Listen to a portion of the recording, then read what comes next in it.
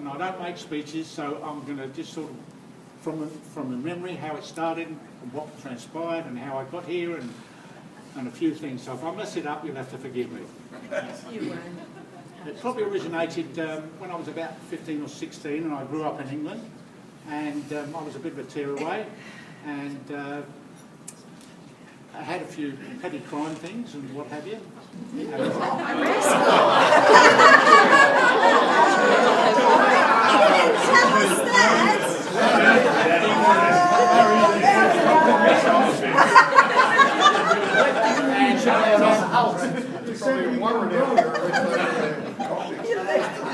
I was placed on probation a couple of times, and so I thought I've really got to get out of this environment, so I thought I'd go and join the Navy.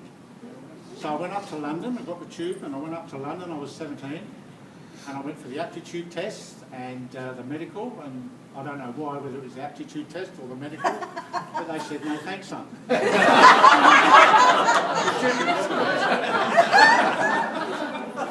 So on the way back to the tube, it's funny how fate can determine what you do, because if you turn right, this happens, and if you turn left, that happens. So I thought I'd go back to the tube station a different way, and I passed Australia House.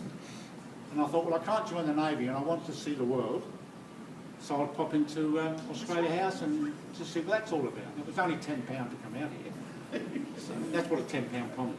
And so I got the form, took it home to my mum and dad, and they filled it in, and then within about 2 months I was on the ship on a 6-week trip to Australia. Landed in Sydney, into a hostel, a place called Homebush, and got a job in Sydney at a retail store, but that wasn't up for me. And then there was another friend of mine that was part of the immigration. We saw this ad in the paper where you could make about $1,000 a week picking grapes in Mildura.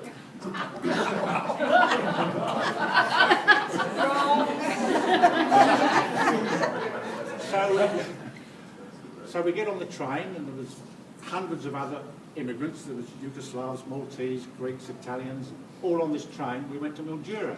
We get to Mildura, and we all line up like a crowd like this, and the farmer comes out, and he said, well, you, and off you go.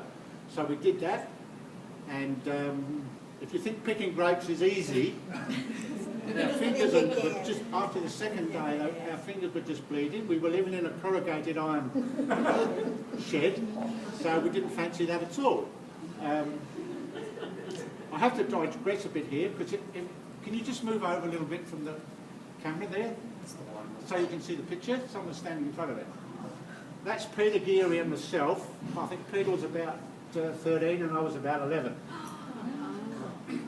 And we grew up together in England. I have to tell you that because it transpires that I go and find Peter. So anyway, we don't want to do that anymore, so I think, well, I'll try and find Peter Geary. I knew where he lived because I got his address from his mum before I came out here. So I thought, if I got his address and I get into trouble, I can go and find Pete. So how are we going to get to Melbourne? We had no money. So we jump on a train, an empty coal truck that was passing. So we're in the back of this coal truck with our suitcases, and the dust, it was just terrible. The dust, all the black coal dust, it was in our eyes and up our nose, and it was just terrible. Anyway, it stopped at a place called Oyen. And then somebody came along, one of the guards came along, and he must have heard us, and he said, come on, out. So we get out, we sleep in a field that night.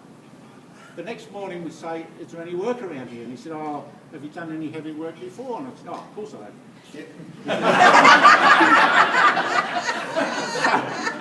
So he said, oh, they might want some men on the relay gang, which was laying sleepers and laying, it was just, anyway. So we got a job there, and where we slept was the old Red Rattlers. Remember the old Red Rattlers? Yeah. And our accommodation was one of them with a straw mattress.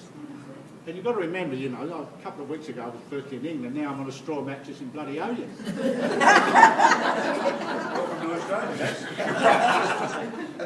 So, I've got to find Peter Geary, who I grew up with as a child, and I knew where his address was. It was an Alma Road in St Kilda, so I go there, knock on there one night, and Pete answers the door, and I'm standing there with my hat on, and he said, Coker, what are you doing here? So he asked me in, and Peter was just brilliant. because I had no money, I had no job, I had nowhere to stay. Peter took me in. Someone else that was staying in the units, he found me a job, which was at Unilever, Lever and Kitchen then in Port Melbourne. So I get a job at Port Melbourne, but Peter was going out with a girl called Lorraine, who grew up with Carol at Mount Beauty. Peter introduced me to Carol, and we went to Moomba, and that's where the blind date was. So I met Carol, and we went out for a little while. I was living at Essendon, Carol was living at Caulfield. So I used to come over on the midnight bus, if we ever went over, because in those days you could get the bus and it used to stop at Flinders Street, and you could get another bus out to Essendon. You know, that's going back a long time. But I got fed up with that, so I bought myself a Vespa. To go and visit Carol from Essendon to Caulfield.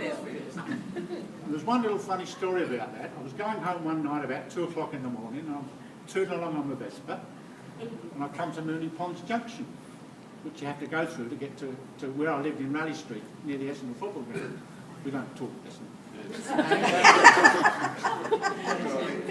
So I'm going along on my Vespa, and I come up to Mooney Ponds Junction, and all the tram lines are all over the place. And the maintenance wasn't very good then, because the tram lines were about that deep below the tarmac. Oh, no. So I'm coming up to and I'm going left. But the front wheel of the Vespa caught one of the railway tracks, you know? So I'm going like this.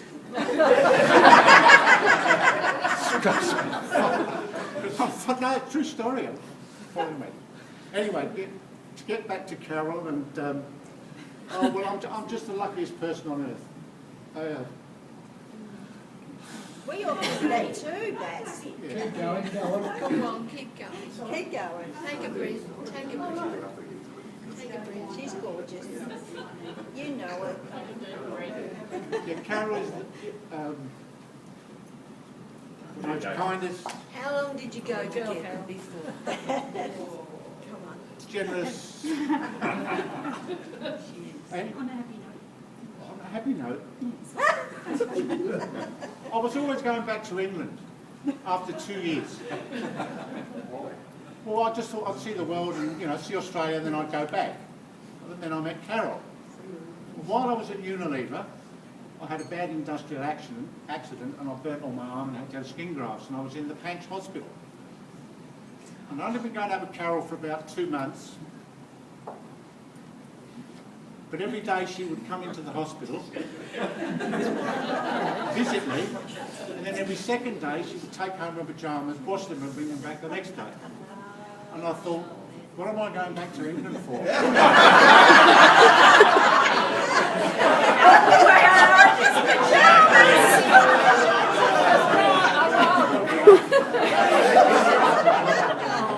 Did you buy his pyjamas, yes? I do know. You know. That's what the attraction was. So I thought, you know, I found the girl of my dreams. So we eventually got married, and of course we were presented with a beautiful daughter like Amanda, and who's presented us with our wonderful grandchildren, Sarah and Rebecca, which are just the light of our lives.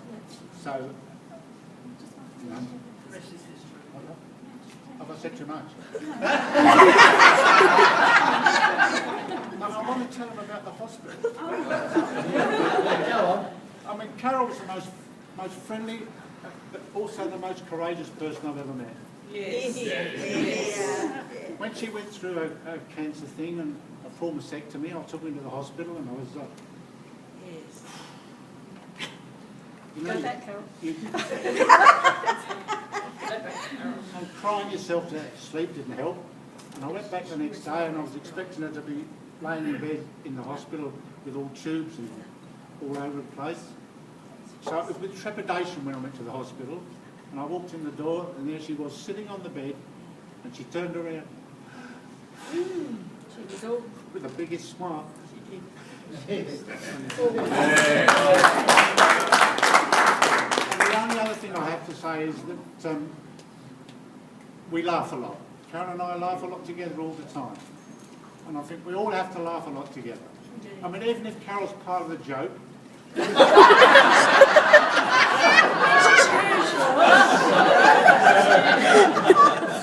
laughs the loudest.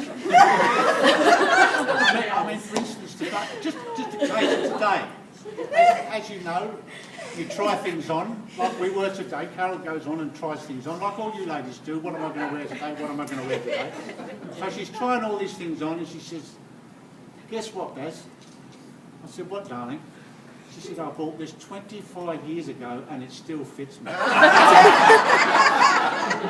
said, "What, you bought that 25 years ago, and it still fits you?" She said, "Yes." I said, "Sweetheart, it's a scarf."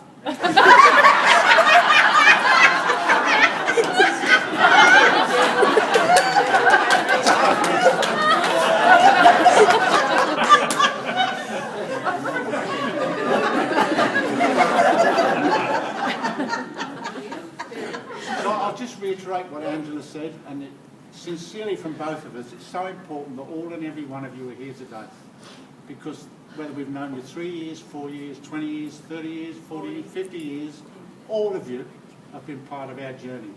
And for that, we thank you all. Thank you.